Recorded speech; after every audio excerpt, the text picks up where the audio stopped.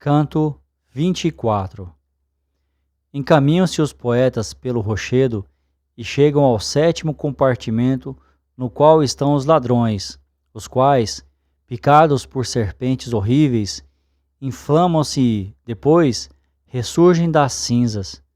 Entre eles, Dante reconhece Vanifuti, o qual, por desafogar o despeito de ser colhido em tal vergonha e miséria, prediz-lhe a derrota dos brancos.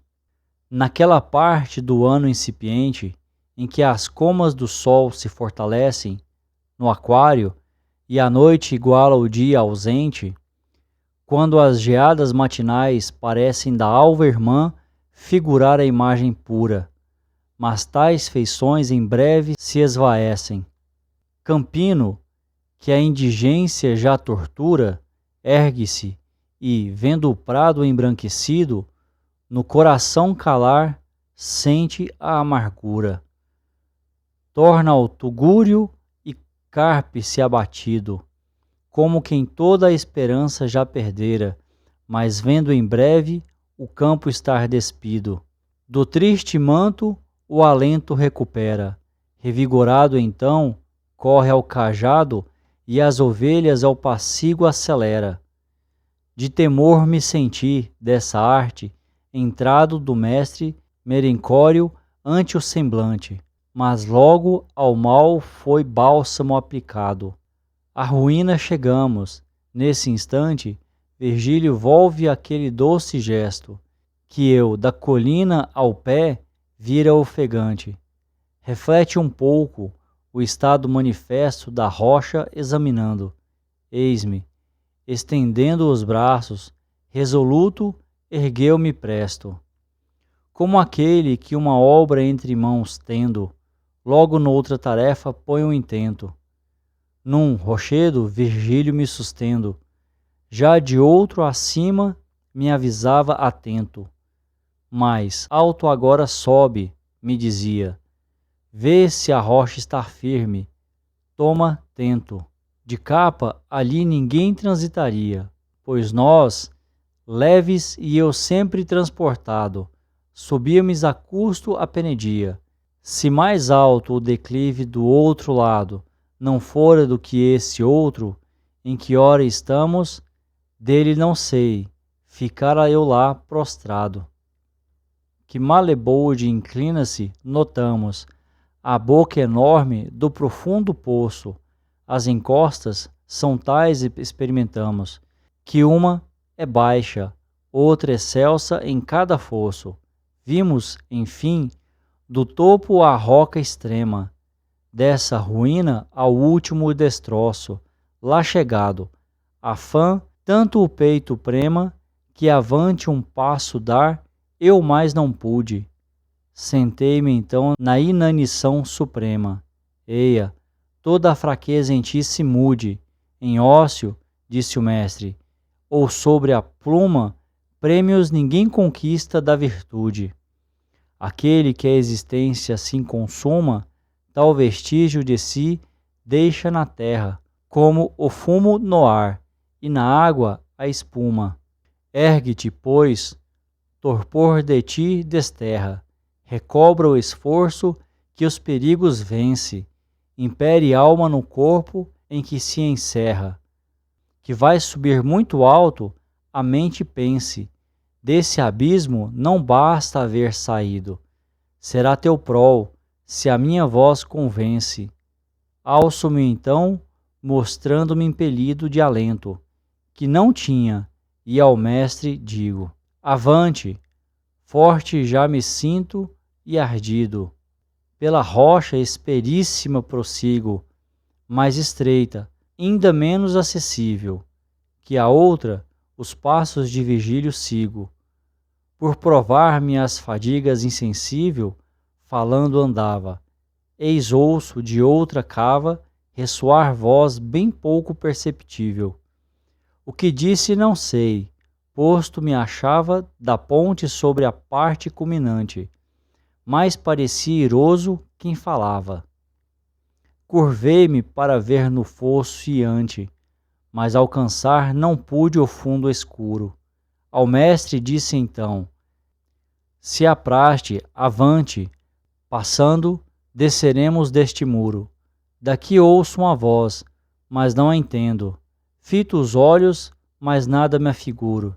Respondo aos teus desejos, acedendo, que o pedido discreto assim declaro, se cumpre não falando, mas fazendo. Fomos da ponte à parte, donde é claro que se vai ter a ribanceira oitava.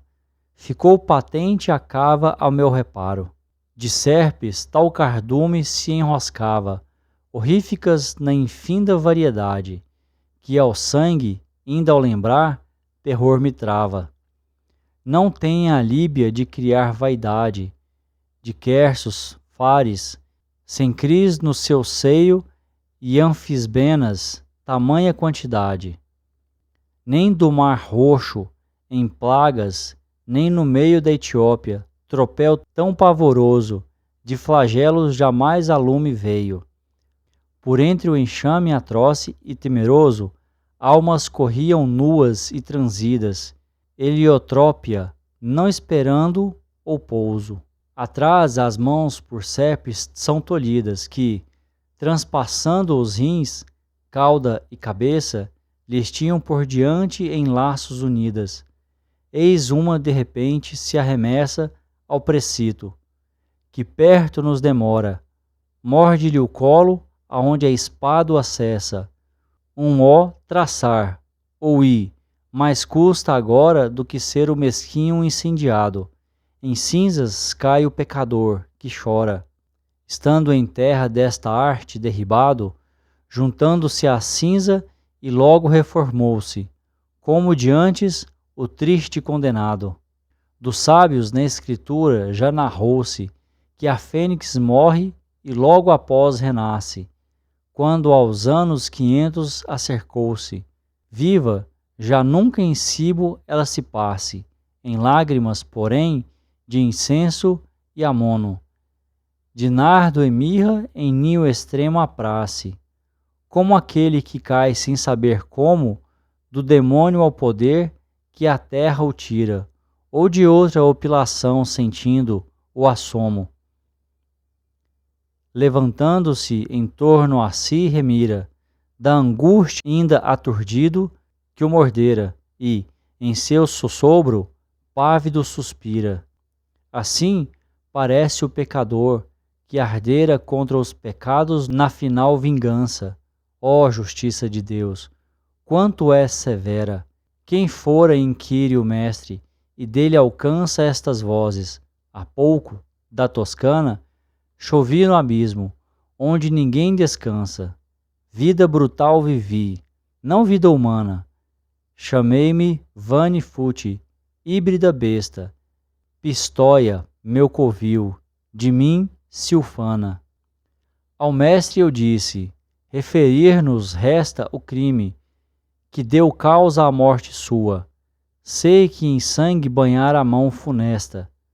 O pecador, que me ouve, não se amua, volta-me presto a cara, em que a tristeza com sinais de vergonha se insinua, e diz: sinto da dor mais a aspereza, porque em miséria tanta me vês posto, do que, quando da morte eis sido a presa.